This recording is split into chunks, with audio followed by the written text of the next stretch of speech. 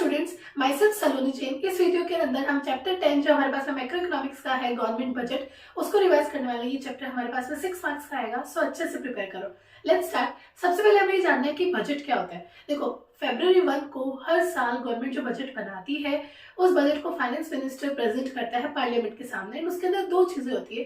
पहली ये कि पिछले साल गवर्नमेंट का कैसा फाइनेंशियल परफॉर्मेंस रहा था वो, and secondly coming financial year, जो हमारा कमिंग फिस्कल ईयर है, उसके अंदर गवर्नमेंट का क्या पॉलिसीज एंड प्रोग्राम्स रहने वाले हैं। ये जो पॉलिसीज एंड प्रोग्राम्स गवर्नमेंट बनाती है उसको हम बजटरी पॉलिसी या फिर फिस्कल पॉलिसी भी बोलते हैं। अब हमारे पास में आता है कि जो भी बजट बनाती है गवर्नमेंट, उसके दो एस्पेक्ट्स होते हैं। पहला एक होता है रेवेन्यू एस्पेक्ट एंड दूसरा होता है एक्सपेंडिचर एस्पेक्ट। मतलब कहाँ कहाँ से गवर्नमेंट को रेवेन्यू होनी है एंड गवर्नमेंट कहाँ कहाँ खर्चे करने वाली है। ठीक है, इसके बाद में हमारे पास में आता है कि क्या ऑब्जेक्टिव रहता है। तो देखो, हर बजट का कुछ ना कुछ ऑब्जेक्टिव होता है। हमारे यहाँ पे एक ट्विन ऑब्जेक्टिव है, वो है ग्रोथ विद स्टेबिलिटी। मतलब इकोनॉमिक ग्रोथ भी हो, जीडीपी के अंदर ग्रोथ भी हो, प्लस साथ के साथ स्टेबिलिटी हो। अब स्टेबिलिटी का यहाँ पे मतलब क्या हो गया है कि जो भी ग्रोथ हो ना वो स्टेबल हो। स्टेबल मतलब जो भी फ्लक्चुएशंस होते हैं किसी भी इकोनॉमी के अंदर, जैसे बीओपी क्राइसिस हो रहा है या फिर फॉरेक्स रिजर्व जो है वो डिप्लीट हो रहे हैं या फिर इन्फ्लेशन हो रहा है, इस तरह की फ्लक्चुएशन से जो हमारी इकोनॉमी है वो कैसी रहे, वो स्टेबल रहे। ठीक है, इसी को हम बोलते हैं ग्रोथ विद स्टेबिलिटी। अब हमारे पास आता है कि और क्या ऑब्जेक्टिव्स गवर्नमेंट के रहते होंगे। तो देखो, दो पॉइंट्स तो यही हो गए, एक तो ग्रोथ हो मतलब जीडीपी ग्रोथ हो, एंड दूसरा इकोनॉमिक स्टेबिलिटी हो। अब और क्या ऑब्जेक्टिव्स है हमारे यहाँ पे, तो इसके अंदर हमारे पास आता है एलोकेशन ऑफ रिसोर्सेज। एंड ये जो गवर्नमेंट बजट वाला चैप्टर है ना, इसका जो थ्योरी वाला क्वेश्चन आता है वो इन्हीं ऑब्जेक्टिव्स में से आता है। मतलब 3 नंबर का सीधा सीधा आ जाएगा कि आपको एलोकेशन ऑफ रिसोर्सेज एक्सप्लेन करना है।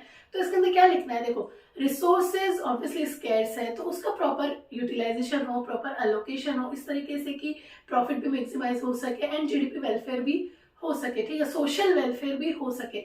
अब यहाँ पे क्या करती है गवर्नमेंट, जो भी जैसे सिगरेट्स वगैरह जो बनाते हैं उनके ऊपर हाई टैक्सेस लगा देती है ताकि उनका सेल जो है उसको डिस्करेज करे। एंड जैसे खादी प्रोडक्ट्स है, उनके सेल को एनकरेज करने के लिए गवर्नमेंट क्या करती है, उनको सब्सिडीज वगैरह प्रोवाइड करती है। तो इसी को हम लिखते हैं एलोकेशन ऑफ रिसोर्सेज। अब इसके अलावा और क्या होता है, redistribution of income and wealth. मतलब यहाँ पे क्या हो रहा है, जो रिचर सेक्शंस है उनसे हम ज्यादा टैक्स लेके हम क्या कर रहे हैं, पुअरर सेक्शंस को सब्सिडीज वगैरह गवर्नमेंट क्या कर रही है, प्रोवाइड कर रही है। उसी को हम क्या बोलते हैं, redistribution of income and wealth, जिसकी वजह से थोड़े कुछ लेवल तक क्या आ जाए, इक्विटी देखने को मिले। मतलब जो गैप है बिटवीन रिच एंड पुअर वो थोड़ा कम हो सके। इसके बाद आता है प्रोविजन फॉर पब्लिक गुड्स। जो भी पब्लिक गुड्स होते हैं, पब्लिक गुड्स कैसे होते हैं, दो होते हैं। एक होता है नॉन राइवलरस और एक होता है नॉन एक्सक्लूडेबिलिटी। नॉन राइवलरस और नॉन एक्सक्लूडेबिलिटी।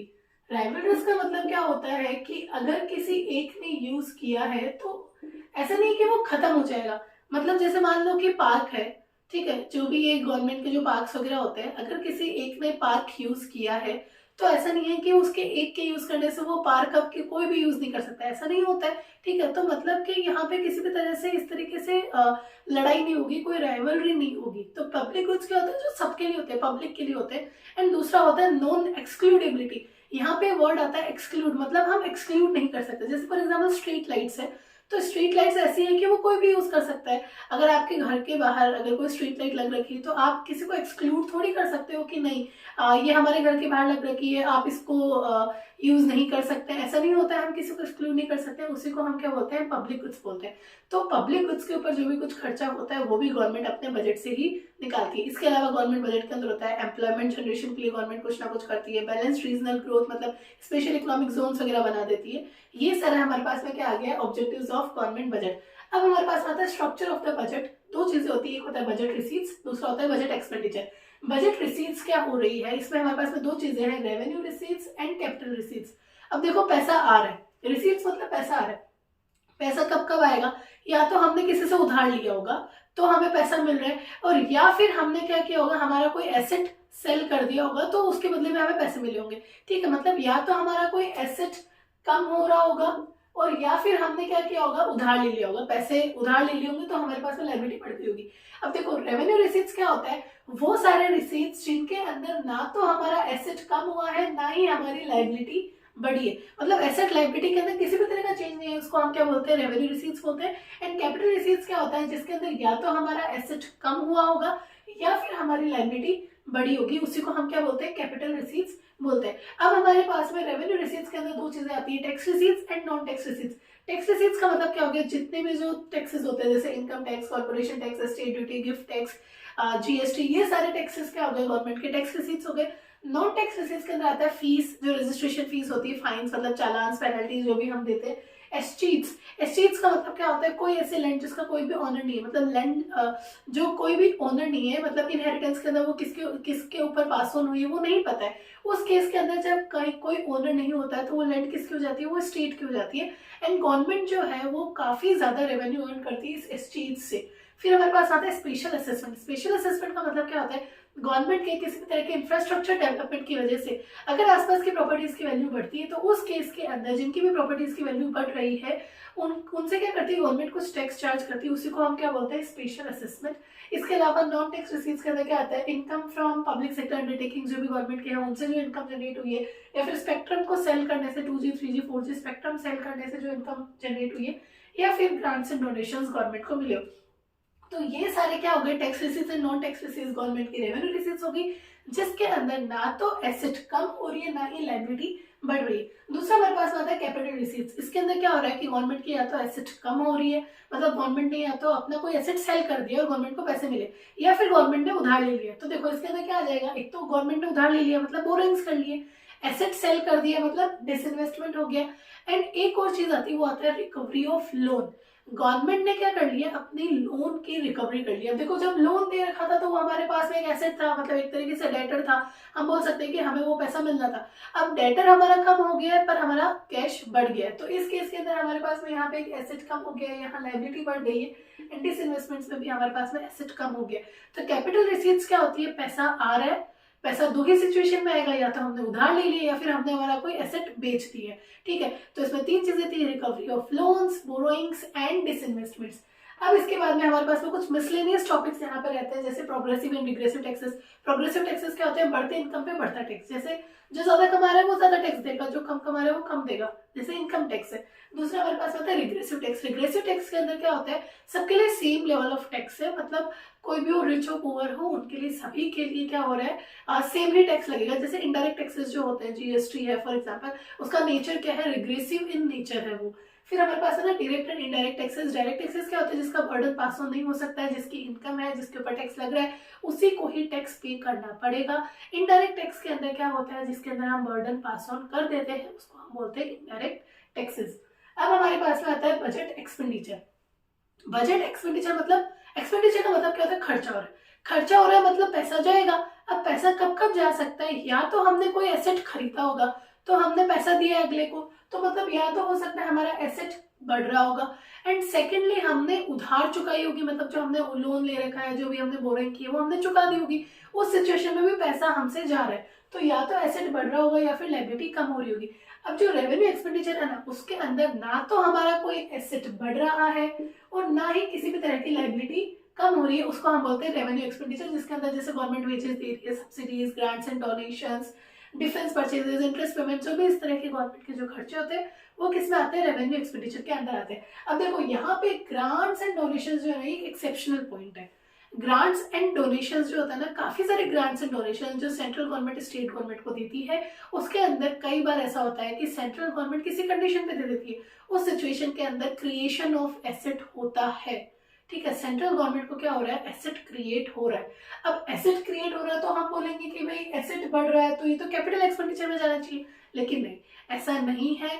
जो एसेट क्रिएट अगर हो भी रहा है तो ये एक एक्सेप्शनल है, ये फिर भी किस में कंसिडर होगा, रेवेन्यू एक्सपेंडिचर में ही कंसिडर होगा। इसमें यहाँ पे कंफ्यूज नहीं होना है, एक एक्सेप्शनल केस है। मतलब ग्रांट्स एंड डोनेशंस अगर कुछ ऐसे हुए हैं जिसके अंदर क्रिएशन ऑफ एसेट अगर हुआ है तो भी वो किस में आएगा, रेवेन्यू एक्सपेंडिचर में ही आएगा। अब हम देखते हैं कैपिटल एक्सपेंडिचर। कैपिटल एक्सपेंडिचर क्या होता है, गवर्नमेंट के वो सारे खर्चे जिसके अंदर गवर्नमेंट का या तो एसेट बढ़ा होगा या फिर लायबिलिटी कम हुई होगी। जैसे हो सकता है लोन्स जो थे उसका पेमेंट कर दिया, या फिर गवर्नमेंट ने कुछ परचेज कर लिया, नई लैंड एंड बिल्डिंग, शेयर्स वगैरह, मशीनरी वगैरह कुछ परचेज किए, तो वो क्या हो गए, गवर्नमेंट के कैपिटल एक्सपेंडिचर हो गए। अब यहाँ पे एक टॉपिक और आता है plan and non plan expenditure. Plan expenditure क्या होता है, जिसके लिए प्लान किया गया है, ठीक है, ओवर द ईयर गवर्नमेंट को कहाँ कहाँ खर्चे करने, जो भी गवर्नमेंट पॉलिसीज एंड प्रोग्राम्स बनाती है उसको हम बोलते हैं प्लान एक्सपेंडिचर, जिसके अंदर रेवेन्यू एक्सपेंडिचर और कैपिटल एक्सपेंडिचर दोनों ही आ जाते हैं सच। अब होता है नॉन प्लान एक्सपेंडिचर, तो गवर्नमेंट के वो सारे एक्सपेंडिचर जिसके अंदर प्लानिंग की जरूरत नहीं है, जैसे लॉ एंड ऑर्डर मेंटेन करने के लिए, एडमिनिस्ट्रेटिव एक्सपेंसेस के लिए, या फिर कुछ डिफेंस के लिए, जो भी कुछ पेमेंट्स होते हैं जिसके लिए कोई प्लानिंग की जरूरत नहीं होती, उसको हम क्या बोलते हैं, नॉन प्लान एक्सपेंडिचर, ठीक है। अब हमारे पास में आता है बजट डेफिसिट। यहाँ तक जो हमने देखा, इनसे कुछ प्रैक्टिकल क्वेश्चंस निकल के आते हैं, आपको बस पता होना चाहिए कि कौन सा पॉइंट कहाँ पे है। अब देखो बजट डेफिसिट क्या होता है, इसके अंदर हमारे पास में 3 चीजें आती है। बजट हमारा डेफिसिट में, इसका मतलब ऑब्वियसली बजट एक्सपेंडिचर है वो ज्यादा है हमारी बजट रिसीट से, मतलब जो हमारे खर्चे हैं वो कंपेरेटिवली ज्यादा है किससे, बजट रिसीट से। इसके अंदर हमारे पास में आता है सबसे पहले रेवेन्यू डेफिसिट। रेवेन्यू डेफिसिट देखो यहाँ पे नाम में रेवेन्यू लग रहा है, तो फॉर्मूले के अंदर भी हम रेवेन्यू की ही बात करेंगे। रेवेन्यू एक्सपेंडिचर जो है हमारा ज्यादा है रेवेन्यू रिसीट से, या फिर हम बोल सकते हैं revenue expenditure minus revenue receipt is equals to हमारा रेवेन्यू डेफिसिट। मतलब जहां पे हमारे रेवेन्यू एक्सपेंडिचर ज्यादा है हमारी रेवेन्यू रिसीट से, उसको हम बोलते हैं रेवेन्यू डेफिसिट। अब अगर ऐसा कुछ हो कि कभी गवर्नमेंट के रेवेन्यू डेफिसिट हो रहा हो, तो उस केस के अंदर गवर्नमेंट क्या कर सकती है, 3 चीजें कर सकती है। या तो क्या करे, खर्चा कम कर दे, सेकेंडली क्या करे, उधार ले ले, या फिर अगर उधार भी नहीं मिल रही, कुछ भी नहीं हो रहा है, तो अपने एसेट को सेल कर देगी, यही ऑप्शन है।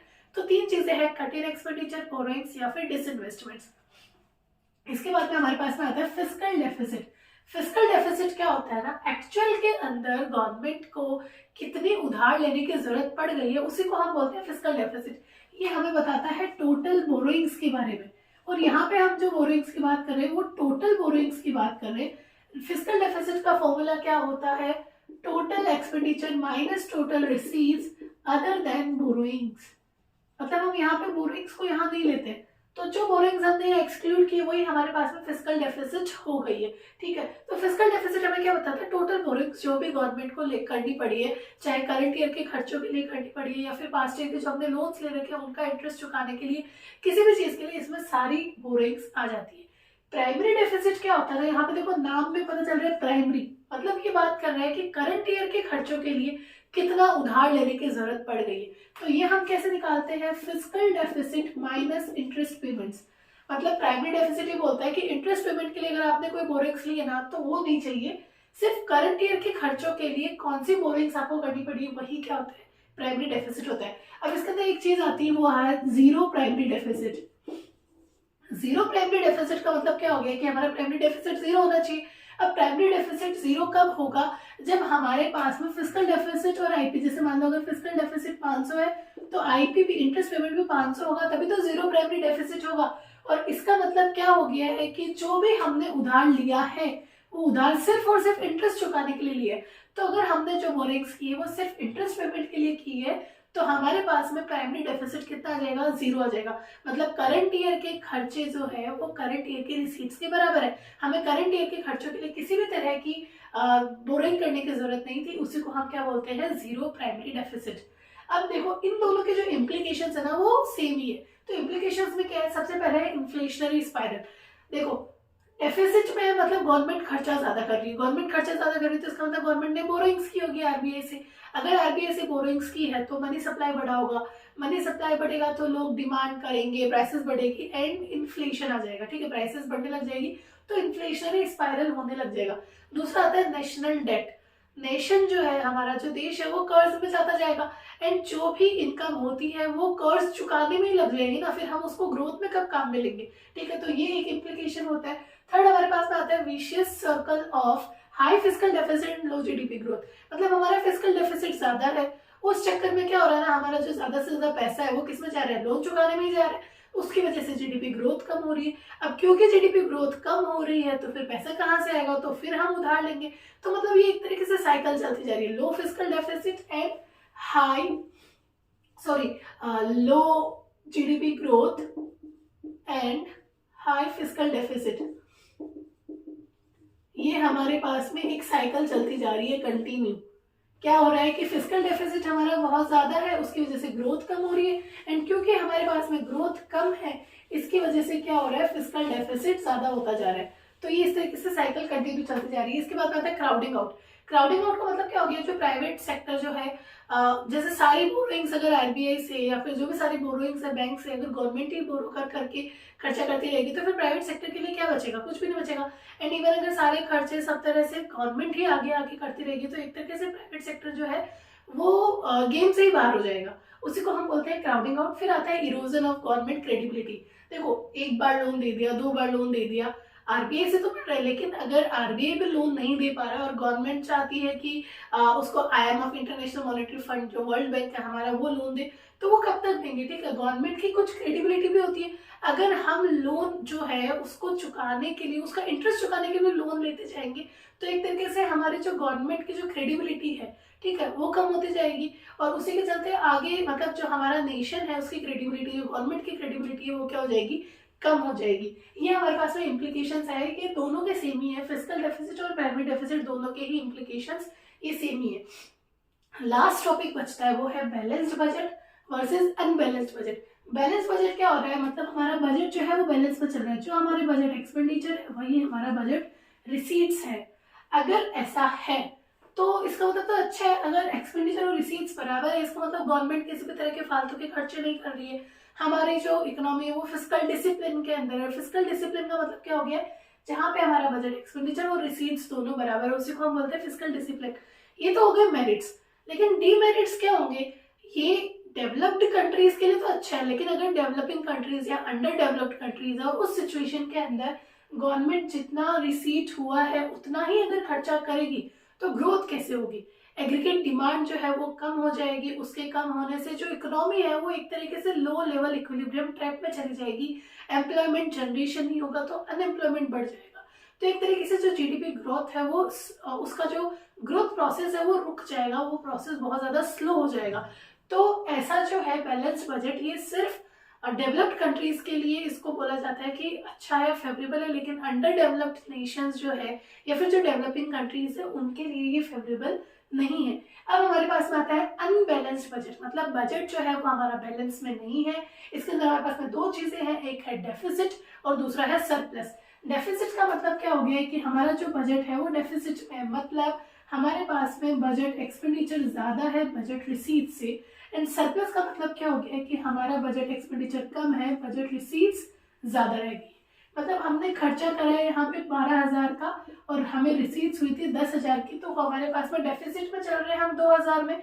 और यहाँ पे हम बोल सकते हैं कि हमने खर्चा 10,000 का किया था और हमें रिसीट्स 12,000 की हुई है, तो हमारे पास में रिसीट ज्यादा है, हम सरप्लस में। अब देखो, अगर बजट डेफिसिट में चल रहा है तो उसके क्या मेरिट्स है और क्या डिमेरिट्स है ये हमें पता होना चाहिए। अगर हमें मेरिट्स जाननी है ना, तो हमें ये देखना होगा कि कब गवर्नमेंट चाहेगी कि हमारा बजट डेफिसिट में हो। तो इसको हम डिजायर करते हैं इन सिचुएशन ऑफ डिफ्लेशन। अगर इकोनॉमी के अंदर डिफ्लेशन है, डिफ्लेशन है मतलब अभी क्या हो रहा है, मनी की सप्लाई जो है वो काफी कम चल रही है, मनी सप्लाई अभी ऑलरेडी काफी कम है। अब इस सिचुएशन के अंदर क्या होगा, अगर गवर्नमेंट डेफिसिट बजट रखती है, डेफिसिट बजट का मतलब क्या हो गया है कि गवर्नमेंट खर्चा ज्यादा कर रही है, मतलब गवर्नमेंट अपना खर्चा बढ़ा देगी। अगर गवर्नमेंट अपना खर्चा बढ़ाएगी तो क्या हो जाएगा, गवर्नमेंट कहाँ कहाँ खर्चा करेगी, एम्प्लॉयमेंट जनरेशन करेगी, ठीक है, अलग अलग अपॉर्चुनिटीज लेके आएगी, तो उस केस के अंदर लोगों के पास में इनकम जनरेशन होगा। या फिर हम बोल सकते हैं गवर्नमेंट खर्चा कर रही तो प्रोडक्शन कर रही होगी, प्रोडक्शन से भी इनकम जनरेशन हो रही, तो कुल मिला के इनकम जनरेशन होगी, एग्रीगेट डिमांड हमारी बढ़ जाएगी एंड इकोनॉमी जो है वो एक तरीके से क्या हो जाएगा, डिफ्लेशन की सिचुएशन से बाहर आ जाएगी, लो लेवल इक्विलिब्रियम ट्रैप से बाहर आ जाएगी। ठीक है, तो मतलब डेफिसिट बजट का अगर हमें मेरिट्स याद करना है ना, तो हमें ऐसे याद रखना होगा कि कब गवर्नमेंट कौन से सिचुएशन के अंदर इसको डिजायर करती है। तो ये डिजायर्ड होता है इन केस ऑफ डिफ्लेशन। कौन सा, डेफिसिट बजट। अब इसके डीमेरिट्स के अंदर क्या लिखेंगे हम, तो इसके डीमेरिट्स में हम लिख देंगे कि ये इन्फ्लेशन के सिचुएशन में डिजायर नहीं किया जाता है। क्योंकि देखो, अगर ऑलरेडी इन्फ्लेशन है तो मतलब मनी की सप्लाई पहले से ज्यादा है, मनी सप्लाई अगर पहले से ज्यादा है और उसके अंदर गवर्नमेंट और खर्चा बढ़ा दे, मतलब अगर डेफिसिट बजट ले आए और गवर्नमेंट और खर्चा बढ़ा देगी तो उसकी वजह से क्या हो जाएगा, मनी सप्लाई और बढ़ जाएगा, और मनी सप्लाई और बढ़ने से क्या हो जाएगा, इनकम जनरेशन बढ़ेगी, डिमांड और ज्यादा बढ़ जाएगी एंड प्राइसेस बढ़ जाएगी। और ऑलरेडी इन्फ्लेशन में थे और प्राइसेस बढ़ जाएगी, तो एक तरीके से हम इन्फ्लेशनरी स्पाइरल में पहुंच जाएंगे। इसलिए डेफिसिट बजट को इन्फ्लेशन की सिचुएशन में डिजायर नहीं किया जाता है, यही उसका डीमेरिट्स हो गया। अब लास्ट इसमें बचता है सरप्लस बजट। सरप्लस बजट का मतलब क्या हो गया कि गवर्नमेंट के पास में रिसीट्स ज्यादा है एंड खर्चे कम है, तो इसको कब डिजायर करेगी, मतलब इसके मेरिट्स के अंदर क्या लिखेंगे, मेरिट्स में हम लिख देंगे कि सरप्लस बजट को डिजायर किया जाता है in case of desired in inflation. मतलब अगर इन्फ्लेशन है, मनी की सप्लाई अभी ज्यादा है, अब मनी की सप्लाई अगर ज्यादा है तो गवर्नमेंट क्या करेगी, सरप्लस बजट लेके आएगी। अगर सरप्लस बजट लेके आ रही है तो इस सिचुएशन में गवर्नमेंट खर्चे कम कर रही है और रिसीट्स ज्यादा रख रही है, तो गवर्नमेंट क्या करेगी, अपने खर्चे कम कर देगी और टैक्सेस बढ़ा देगी। टैक्सेस बढ़ाने से क्या हो जाएगा, लोगों के पास में भी पैसा कम बचेगा, तो लोग भी खर्चा कम करेंगे, इसकी वजह से एग्रीगेट डिमांड कम हो जाएगी। एग्रीगेट डिमांड कम हो जाएगी तो प्राइसेस भी धीरे धीरे कम हो जाएगी एंड जो हमारी इन्फ्लेशन की सिचुएशन है वो कंट्रोल में आ जाएगी। तो मतलब सरप्लस बजट को हम डिजायर करते हैं इन केस ऑफ इन्फ्लेशन। अब हमारे पास में होता है डीमेरिट्स के अंदर हम क्या लिखेंगे, तो देखो अगर सरप्लस बजट हो, सरप्लस बजट अगर है तो सरप्लस बजट के अंदर क्या कर रही है गवर्नमेंट हमारे पास में खर्चा कम कर रही है और रिसीट्स ज्यादा रख रही है। तो मतलब गवर्नमेंट अगर खर्चा कम कर रही है तो ऑब्वियसली एग्रीगेट डिमांड जो है वो कम होगी, क्योंकि गवर्नमेंट खर्चा कम ही नहीं, गवर्नमेंट खर्चा क्या कर रही है, कम कर रही है, तो एग्रीगेट डिमांड हमारी कम हो जाएगी, इनकम जनरेशन कम होगा, तो एक तरीके से अनएम्प्लॉयमेंट होने लग जाएगा, पॉवर्टी होने लग जाएगी, इकोनॉमी जो है वो लो लेवल इक्विलिब्रियम ट्रैक में फंस जाएगी। ये सब क्या हो रहा है, डीमेरिट्स है सरप्लस बजट के। तो हमने क्या देखा, डेफिसिट बजट है वो कब डिजायर होता है, इन केस ऑफ डिफ्लेशन, और डीमेरिट्स में क्या लिख देंगे कि इन्फ्लेशन में इसको हम डिजायर नहीं करते। सरप्लस बजट जो होता है उसको हम कब डिजायर करते हैं, गवर्नमेंट कब डिजायर करेगी, इन केस ऑफ इन्फ्लेशन।